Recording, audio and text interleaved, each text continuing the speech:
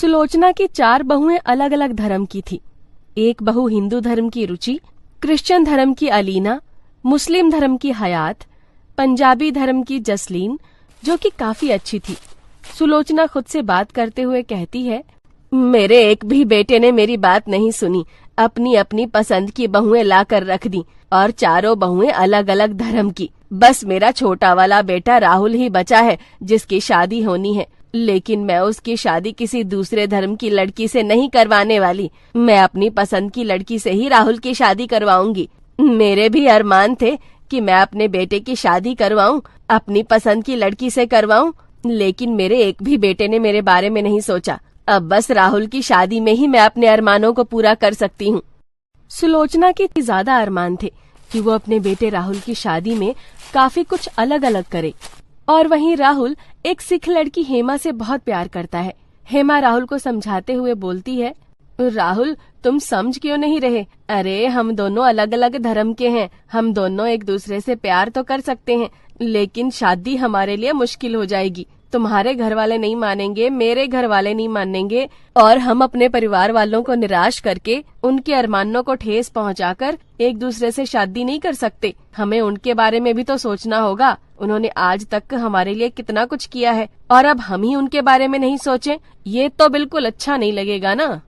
तुम बिल्कुल सही कह रही हो और तुम्हारी सारी बातों से सहमत हूँ मैं, लेकिन जब हम दोनों एक दूसरे से इतना प्यार करते हैं तो हम दोनों एक दूसरे से शादी ही करेंगे ना। देखो, अगर प्यार आसानी से मिल जाए तो भी बहुत अच्छी बात है, लेकिन अगर उसमें कठिनाई आए तो इसका मतलब ये नहीं है कि हमें अपने प्यार से ही दूर चले जाना चाहिए। मैं तुमसे इतना प्यार करता हूँ, मैं तुम्हें किसी और के साथ नहीं देख सकता। मैं तुम्हारे लिए अपने परिवार को मना लूंगा और मुझे यकीन है कि मेरे परिवार वाले भी मान जाएंगे।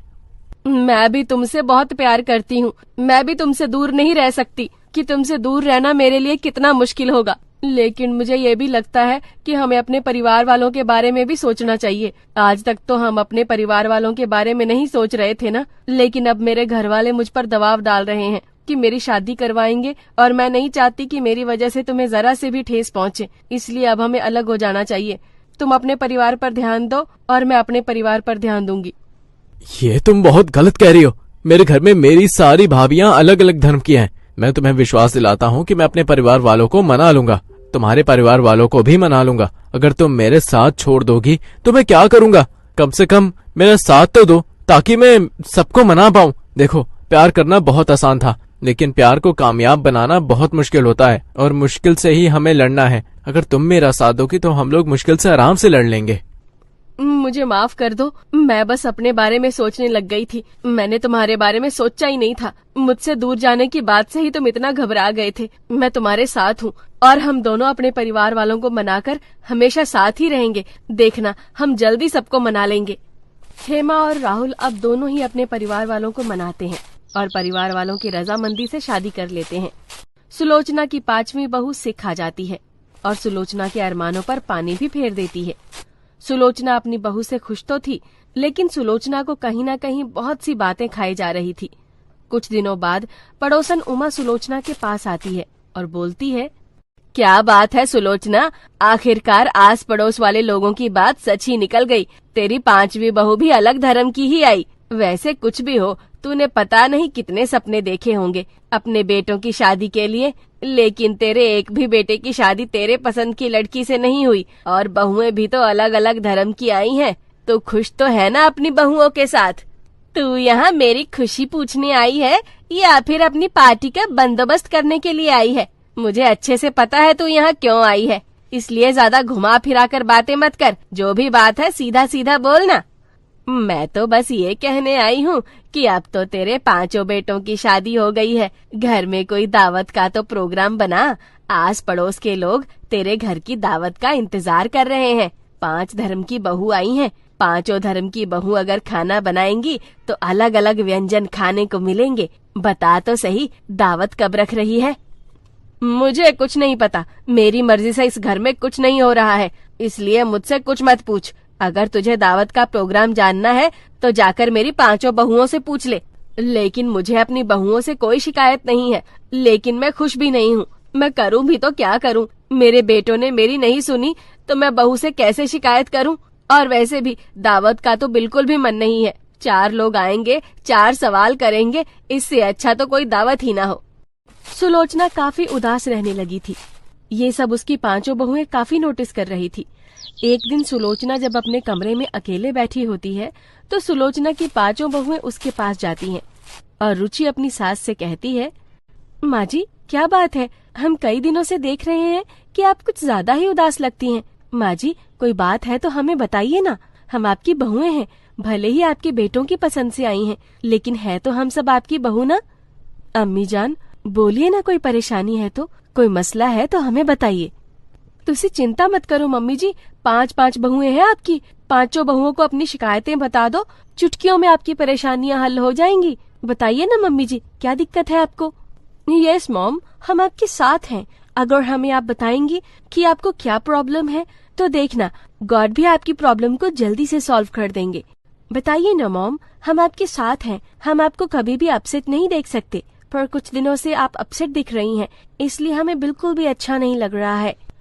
अरे तुम 5 मेरी परेशानियां हो, तुम 5 अलग अलग धर्म की बहुएं हो और आस पड़ोस के लोग मुझसे दावत मांग रहे हैं। मैं कैसे दावत दे दूं? तुम 5 अपने अपने धर्म का खाना बना दोगी और कोई कुछ बना दे जो लोगों को पसंद ना आए, पूरा बवाल खड़ा हो जाए, तब मैं क्या जवाब दूंगी? इसलिए मुझे बिल्कुल अच्छा नहीं लग रहा। तुम 5 से मुझे शिकायत नहीं है, लेकिन मैं खुश नहीं हूँ। मैं साफ साफ बता रही हूँ, मैं कहीं भी मुंह नहीं दिखा सकती क्योंकि मेरी 5 अलग अलग धर्म की बहुएं आई हैं। अपनी सास की बातें सुनकर 5 बहुएं सुलोचना के कमरे से बाहर आती हैं और सबसे छोटी देवरानी हेमा बाकी 4 से बोलती है, माँ जी बहुत परेशान है, उन्हें यही बात खाए जा रही है कि लोग उनसे दावत मांग रहे हैं, उनसे पार्टी मांग रहे होंगे, लेकिन वो खुश नहीं है तो कैसे दावत दे सकती हैं?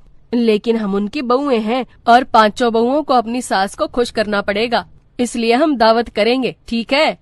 5 बहुएं मिलकर आस पड़ोस के लोगों को, नाते रिश्तेदारों को दावत के लिए बुला लेती हैं और अगले दिन जब दावत होती है तो सारी तैयारियां वो खुद ही करती हैं। 5 धर्म की बहुएं अपने अपने धर्म का बेस्ट खाना बनाती हैं जिससे लोगों को कोई परेशानी ना हो। सब लोग आ जाते हैं और दावत शुरू हो जाती है। तभी सुलोचना भी बाहर आती है और लोगों को देखती है। वो अपनी बड़ी बहू से बोलती है, ये सब क्या हो रहा है? हमारे घर में दावत हो रही है और मुझे इस बारे में किसी ने कुछ बताया क्यों नहीं? और दावत में तुम लोगों ने क्या बनाया? कोई परेशानी तो नहीं होगी ना? मुझे तो डर लग रहा है। अरे सुलोचना, तेरी 5 बहुएं अलग अलग धर्म की हैं और दावत बहुत अच्छी है। मैंने आज तक ऐसी दावत कभी नहीं खाई जैसी तेरे यहाँ खा रही हूँ। अलग अलग जगह का स्वाद, अलग अलग धर्म का स्वाद है और वो भी इतना बढ़िया, सच में दिल खुश हो गया। तू तो बहुत किस्मत वाली है। हर कोई सुलोचना की 5 बहुओं की बहुत तारीफ करता है। ये देखकर सुलोचना को भी बहुत खुशी होती है और इसी के साथ अंत में 5 धर्मों की बहुओं की दावत सफल रहती है और सुलोचना भी खुश हो जाती है। अपनी माँ की मौत के दुख में खोई हुई थी। वो घर के बाहर बैठकर रो रही थी। तभी वहाँ एक गाड़ी आकर रुक गई। घर के सामने नई गाड़ी देखकर पूर्णिमा चौंक गई। वो गाड़ी फूलों से सजी हुई थी। ये नई गाड़ी हमारे घर के सामने आकर क्यों रुक गई? किसकी गाड़ी है ये? तभी पूर्णिमा को उसकी जिंदगी का सबसे बड़ा दुख पहुंचा। गाड़ी में से पूर्णिमा का पिता मोहन नीचे उतरा। मोहन शादी के जोड़े में था और मोहन के बाद एक औरत बाहर आई। पूर्णिमा को समझने में देर नहीं लगी कि उसके पिता ने दूसरी शादी कर ली है। आओ आओ रत्ना, आज से ये घर तुम्हारा है। वाह, बड़ा सुंदर घर है आपका। लेकिन तुमसे सुंदर नहीं है। चलो अंदर चलो। पूर्णिमा रो रही थी लेकिन उसके पिता ने उस पर ध्यान ही नहीं दिया। मोहन की नई बीवी रत्ना ने पूर्णिमा को देखा और कमरे के अंदर जाने के बाद उसने मोहन से पूछा, वो घर के बाहर जो लड़की खड़ी है वो कौन है? वो असल में वो मोहन घबरा गया लेकिन तुरंत खुद को संभाल कर कहा, वो मेरे घर की नौकरानी है। बेचारी के माँ बाप मर गए हैं, यहाँ आकर रो रही थी तो मैंने उसे काम पे रख लिया। वाह, कितना बड़ा दिल है आपका। लेकिन वो अभी भी क्यों रो रही है? माँ बाप को याद कर रही है शायद। मैं चाहे जितना भी प्यार दे दूं, माँ बाप की जगह तो कोई नहीं ले सकता ना। हाँ, ये तो बिल्कुल सही कहा आपने। आप कितने अच्छे हो। हाँ हाँ, खैर अब जाओ, मुंह हाथ धो लो। मैं पूर्णिमा को खाना बनाने के लिए कहता हूँ। रत्ना मुंह हाथ धोने के लिए बाथरूम में चली गई। तभी मोहन ने पूर्णिमा को बुलाया। पूर्णिमा, अरे पूर्णिमा, इधर आ करमजली, इधर आ। पूर्णिमा रोते हुए आई। पापा, आपने फिर से शादी कर ली पापा। चुप, एकदम चुप। आज से तू मुझे पापा कहकर नहीं बुलाएगी। मैं तेरा बाप नहीं हूँ, मुझे तो बेटा चाहिए था, लेकिन तेरी माँ ने तुझे जन्म दिया।